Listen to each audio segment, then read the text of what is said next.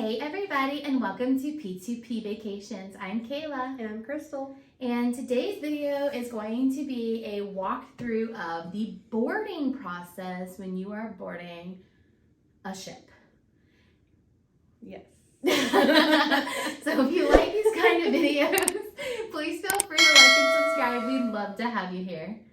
And I would normally let Crystal take it away, but well, let's let her take it away. Let's let her. All right. So boarding day can be a little crazy. It can. It's probably your most stressful day, just because you don't always know what you're getting into, and because it is a flurry of activity until you get on the ship. Yes, it is. I know I typically try to start super early. I will get up way earlier than I have to. She does. Just to kind of get started, because I'd rather be earlier than later. You don't want to start your morning out late. That's Right. for sure. And let's preface this with this scenario really would only work with if you came in the day before and you have slept in a hotel. Yes. And or you live in the home port that you're going out of. Right. Which we always suggest that you come in the day before, because you never know if you're going to have car trouble. You never know if someone's going to get into a horrendous accident on the road and you're going to be backed up for hours and hours. And you never know if you're going to have a flight delay. I mean, flight delays are so common right now. I mean, it's ridiculous how often flights are delayed or canceled, or your baggage gets lost, or something crazy happens. We do always suggest you come in the day before. Right. So I would say the first thing you need to do is have everything together the night before you go to bed. Make sure you have all your documents, vaccine card, passports, birth certificate, everything together, not in your packed luggage. Right. Make sure it's separated out, but together where you have it, you know where it's at, and make sure you have your outfit out that you're going to wear. That way you're not unpacking everything. Right. And leaving something in your hotel, because you will. I mean, I left my phone charger in the last hotel because it was over in a corner and I was trying to get ready and we were all running around and we didn't take our own advice last trip, that's for sure. We also booked it like 2 weeks in advance. And we were running around like chickens with our head cut off. We really were. And we were not doing good last vacation. So make sure you have all that done. Make sure everything's laid out, and that way you won't forget anything. And that way you can get up in the morning. And it's not as stressful. Yes. And that leads me to the second key point here. Set your alarm and give yourself ample time to get to the port by your arrival time. Yes, because let me tell you, there is going to be traffic. No matter what you do, there is going to be traffic. No matter if you were parking at the port or you are parking off-site parking, there's going to be traffic. It's going to be congested getting into and out of the port. So always give yourself plenty of time. Like, if your boarding time is 11, I would plan to be getting to, if you're parking off-site, getting to them around 10:15. Because you have to think, they've already done a couple of shuttle buses. So they still have to get back to your parking spot. There could still be people ahead of you waiting to get the next bus. So give yourself as much time as you can. Yeah, because, I mean, this last time we ended up not being able to find out where to even get to the parking garage. And get up there. So, if you're not familiar with it, or even if you are, just leave yourself enough time. Right. So the next thing would be to have some small bills already set aside that you can tip the porters. And when the porters are the guys who take your baggage from your car to the ship, and they expect a tip. We roughly do $2 to $3 a bag. And if you just have you have 4 bags, you have the $8 set aside already ready to go. Is so much easier than have to be digging through your purse, like, oh no, as you're sitting there. It just, if you have that $8, you have it set aside, you pull it out, you give it to them as you're walking away. It is just so Yeah. much more convenient. It makes things smoother because they're moving fast. They You're are. trying to move fast. They're hustling your bags. They're trying to get them loaded up and out, and then they're moving on to the next Right, person. because you think they do this 3 or 4 times a week. They Mhm. know what they're doing. They don't even know if they even look you in the eye. Right. It's just bing, bang, boom, gone. And you're just like, well, where'd What my just luggage happened? go? Yeah. And they are gone. Yeah, and you need to just continue moving because the next person behind you is ready to drop their luggage Right. off. And sometimes they're working with two people at the same time. They're trying to load their luggage in and yours, and you just need to have it ready. I mean, especially if you're coming off of a off-site parking shuttle. Mhm. Like, they give 1 to 2 porters per shuttle, and they are taking everybody's load of stuff, and they're just, they do want to put a face with the luggage, so you do wait with your stuff to give to them, but it's quick.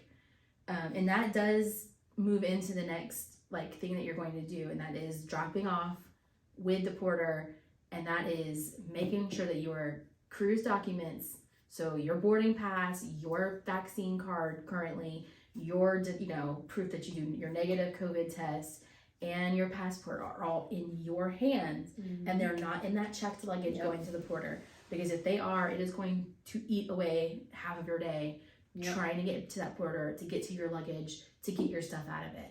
It can take a long time. Yep. And so after you're dropping your luggage off, you'll need to go across to where you're going to be heading into your arrival zone. There's going to be plenty of people telling you where you need to be. On your boarding pass, it's going to say your arrival time. You obviously know your arrival time, but there's usually signage. And they have you lined up in line. So if you're early, they'll put you in the line. If you're on time, normally that line's already moving through to go through. So you'll just, get in that line to keep moving. But they are very strict now on the boarding times. Yes. You cannot really be there early. I mean, I think sometimes if, okay, so let's say that 9:30 to 10 o'clock boarding group is gone and it's 9:45, they'll start letting those 10 to 10:30s trickle in, but they're not going to just, you show up and they let you through. No. It's, very much, they are very strict on the boarding times now. Yes. Yep. So then you need to be sure that you have your boarding pass in your hand.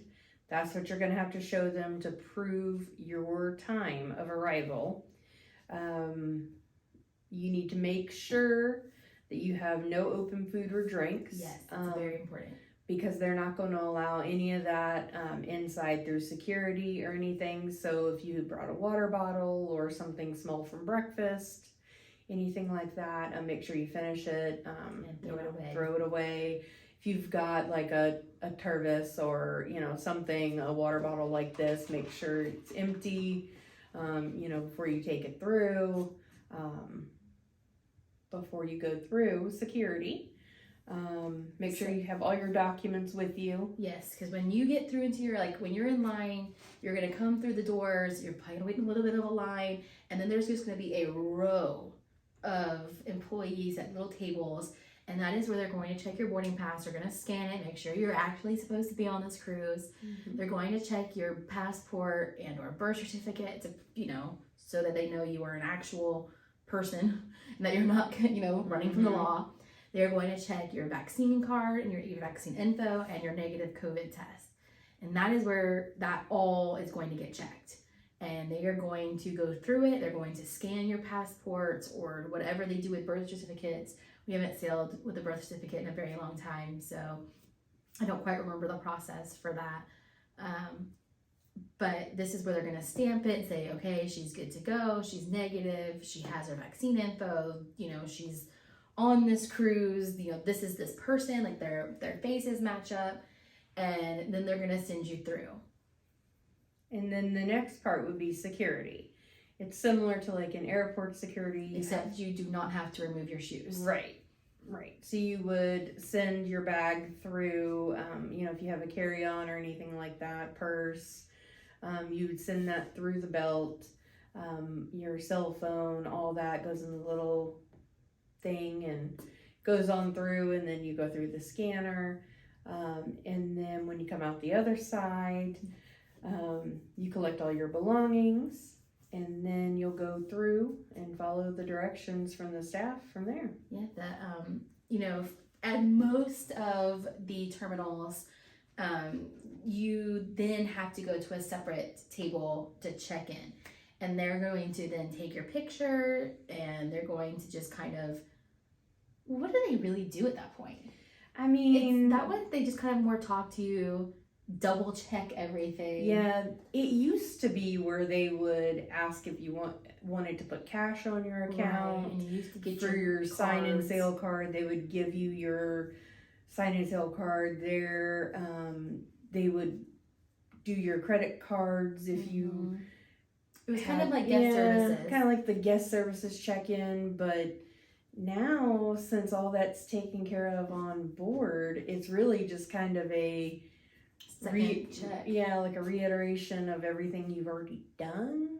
Except they really only check your passport and your boarding pass at that one. Yeah, at that one, it's just those two things really. And in Port Canaveral, you don't even have that. You go through security, and then they're like, "Hey, go sit down." But in Port Canaveral, they had a a separate thing guest services you could have gone to for people that wanted to put cash on. Yes.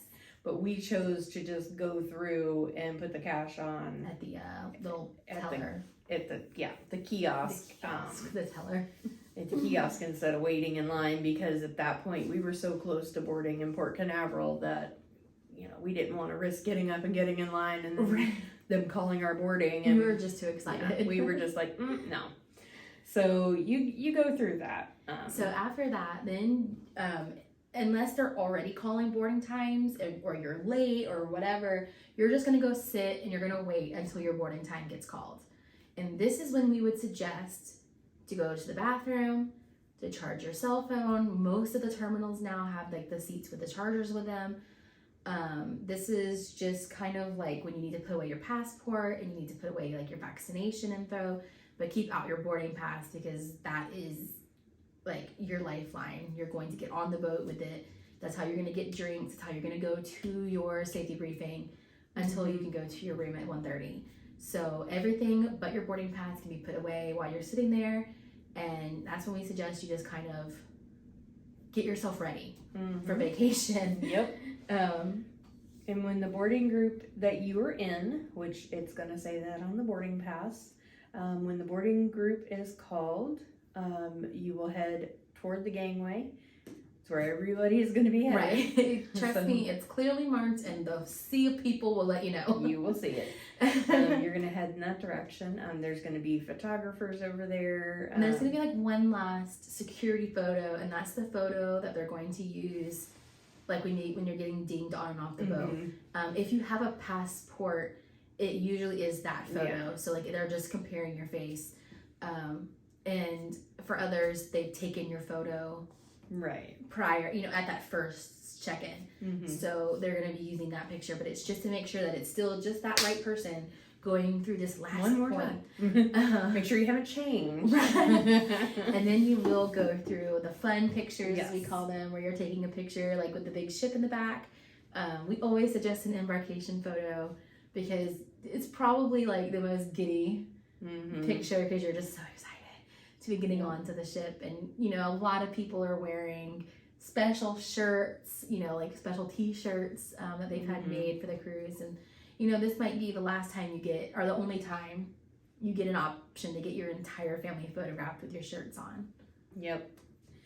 So you can do the optional fun photo, and then you'll be walking the gangway to the ship. You'll be scanned, your boarding pass will be scanned, and then you will be on the ship. And officially on vacation. Yep. So that's when all your troubles melt away. It sounds like a lot, but it's really quick. Yeah, it's really not. I think the most nerve-wracking is that first check-in guy, and you're just like, oh my god, like what if my boarding pass doesn't scan, or it's all just your your fears, but it's never an issue. They are very good about, if there is an issue, helping you resolve it as soon as possible. I mean, we were next to somebody one time on their honeymoon cruise, and what she had booked it under her married name, but her passport had her maiden name. Obviously, she hadn't changed that yet, and they didn't bring their marriage certificate, but they were able to get a hold of their family, who were able to fax it over. So like they walked them through this whole thing. So they will help you as much as they possibly can in order to get you on that ship. Like, they don't want to turn you away. No. So don't worry, don't stress, and just make sure you have your documents, Yes. because you don't want to go fishing for your luggage. Yes. And always take a picture of your driver's license, your vaccine cards, Your passport. passport wouldn't be a bad idea to take a picture of that either. Right. You just, so you have proof of everything. This one was robbed in Seattle.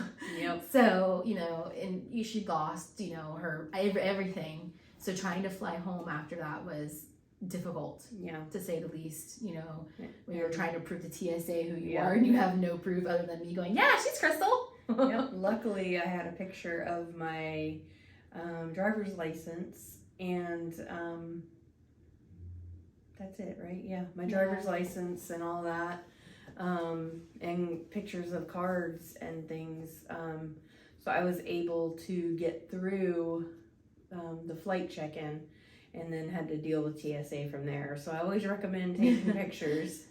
But you got a fun phone call. Yeah, She got to call Homeland Security. but at least it will help in some way. It will, If yes. you do, At least then you happen- have more proof of who you are. yes. So in case of a scenario like that. So that is it. That is your boarding day. Mm-hmm. It's easy, we promise. And our number one suggestion on boarding day is the second you step on that ship, go right there to that lobby bar and get a drink. And then go to your muster station. And then go to your muster station. Mhm. But yes, get a drink right there at that lobby bar. Yep. It's amazing to watch people come on. It really is. Mhm. You sit there, you can see the door, they're coming on, you can see their, and you're like, I just had that moment. It's a good time. It is. It is. So let us know how you guys do on your next cruise. If these tips helped you at all, settled your nerves, Mm-hmm. and we'll see you guys in the next one. Bye. Bye.